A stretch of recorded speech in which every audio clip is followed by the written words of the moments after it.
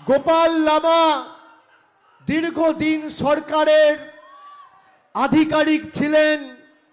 এই জেলার ভূমিপুত্র, মাটির সাথে মিশে মানুষের সাথে কাজ করেছেন, মানুষকে পরিষেবা দিয়েছেন।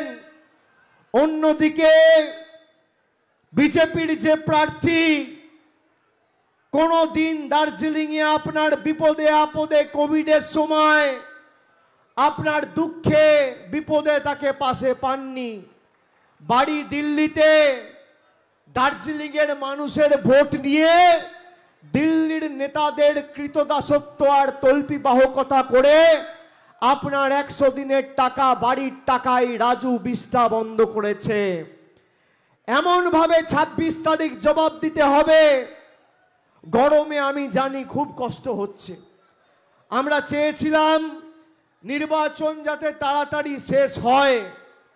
এক দফায় বা দু দফায় নির্বাচন হলে মানুষের সুবিধা হতো, গরমে মানুষকে এই দাবদাহ কষ্টের শিকার হতে হতো না। 2021-এর বিধানসভা নির্বাচনে এই বাংলা বিরোধী, দার্জিলিং বিরোধী বিজেপি বাংলার মানুষকে মৃত্যু মুখে ঠেলে দিয়ে কোভিডের সময় 8 দফায় নির্বাচন করেছিল। আর 2024-এ যেখানে তামিলনাড়ু, অন্যান্য রাজ্যে, কেরালায়, আসামে 1 দফায় 2 দফায় নির্বাচন হচ্ছে, সেখানে বাংলায় 7 দফায় নির্বাচন করছে, যাতে বহিরাগত আর বাংলা বিরোধী আর পরিযায়ী পাখিরা প্রচার করতে এসে মানুষকে বিভ্রান্ত করতে পারে। আমি আপনাদের বলবো, যতবার বিজেপির বহিরাগত নেতা আসবে, এক একটা বিধানসভায় এদের 5000 করে ভোট কমবে। যদি বিজেপির পরিযায়ী পাখিরা 4টে সভা করে এক একটা বিধানসভা থেকে 20,000 করে ভোট কমবে। আমি আপনাদের বলছি, আমি মানুষের চোখের, মনের, মুখের ভাষা বুঝি।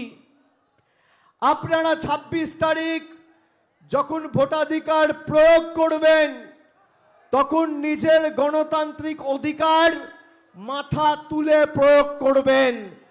5 বছর আপনাকে বলেছিল আচ্ছে দিন আসবে, আপনার বাড়ির ছাদের টাকা এই কেন্দ্রের বিজেপি সরকার বন্ধ করে দিয়েছে।